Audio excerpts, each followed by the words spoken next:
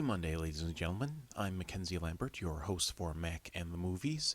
Today we start a new series. We'll be taking a look at films that have loose connections to summer blockbusters. It's the Not Quite Summer Movies series. This year saw the release of Alien Covenant, which both serves as a follow-up to Prometheus as well as a throwback to classic Alien. I thought it was an enjoyable movie. It had its moments as well as a strong performance by Michael Fassbender and a surprisingly grounded turn by comedic actor Danny McBride. One thing that stuck out to me was the credit to Dan O'Bannon as being a creator of the series. And rightfully so. Dan O'Bannon is one of the unsung heroes of genre film. He gave us the classic Dead and Buried as well as Total Recall. Without O'Bannon, zombies would not feast on brains thanks to Return of the Living Dead. O'Bannon got his start working with John Carpenter on his directorial debut, Dark Star. The mission of the scout ship Dark Star is to weed out planets unfit for human colonization. Unstable planets are decimated by AI-driven atomic bombs. Years of isolation and overfamiliarity have pushed the crew to the brink of insanity. Lieutenant Doolittle no longer tries to maintain order, he just goes through the motions. Sergeant Pinback tries to lighten up the mood, but is shut down. Boiler is reckless to the point where he's using the ship's laser rifle for target practice. Talby, the most isolated of the team, fixates on celestial anomalies. The film captures the mundane life of prolonged space travel. Doolittle plays his homemade instrument, Pinback goes through his video diaries. It jabs at the majesty of going through the galaxy as a job. In the midst of the routine, there are some great set pieces. First, there's the alien sequence with Pinback. The alien is clearly an orange beach ball, but it is an excellent exercise in low-budget suspense. The sequence must have had such an impact on O'Bannon, the actor playing Pinback. He would put the scenario into bigger use when he wrote the script for Ridley Scott's Alien. Second, there's the existential debate between Doolittle and one of the AI bombs. The bomb must prove it can exist or it can't detonate. It's so absurd that it properly closes the film. The final shot is a jewel, which is one of my favorite shots in film, period. Making his directorial debut, John Carpenter makes a dark sci-fi comedy that pays homage to Stanley Kubrick. The tagline perfectly illustrates this. The spaced-out Odyssey.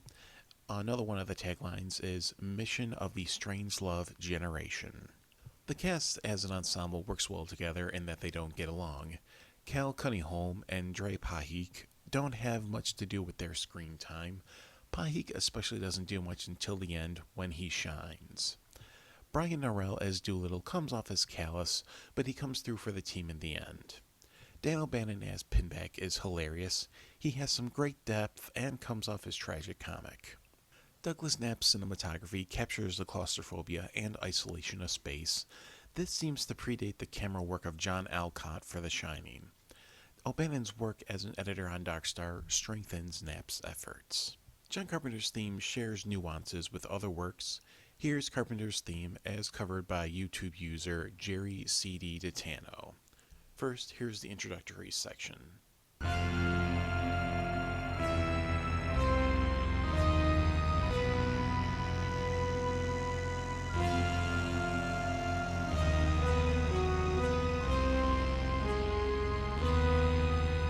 The opening has that same impact and swelling as Bernard Herrmann's prelude for Mysterious Island.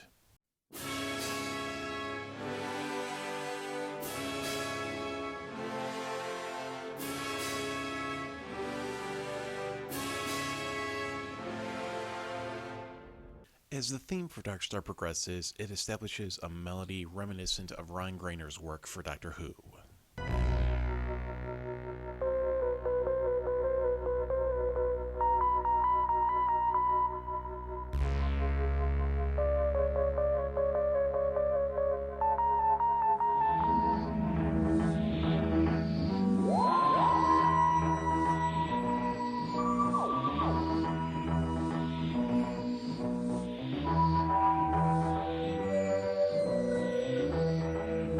But the music score is overshadowed by the sad country ballad, Benson, Arizona. The lyrics by Bill Taylor, the vocals by John Yeager, and the music by John Carpenter really fit.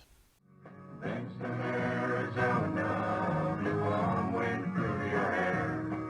My body flies the galaxies, my heart longs to be there.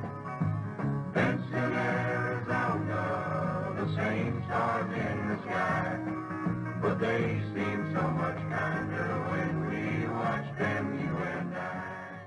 The song is appropriate since it is about a space traveler yearning to be back home. The flaws that hinder the experience are the audio and the pacing. The quality of the audio makes it difficult to hear the dialogue at times. The pacing is uneven, but that's due to the focus on character development. Overall, the movie is an enjoyable debut from one of genre cinema's top directors. It's weird, it's funny. I wish Carpenter would make another film like this. And Dan O'Bannon's contribution cannot be ignored. And that finishes this look at Dark Star as part of our Not Quite Summer movie series. Thanks for watching. Let me know your thoughts on Dark Star in the comments below. If you're new to my channel, go ahead and follow me to stay on top of future content. Stay for after the credits for a preview of the next film. I'm Mackenzie Lambert with Mack and the Movies. Until next time, take care everyone.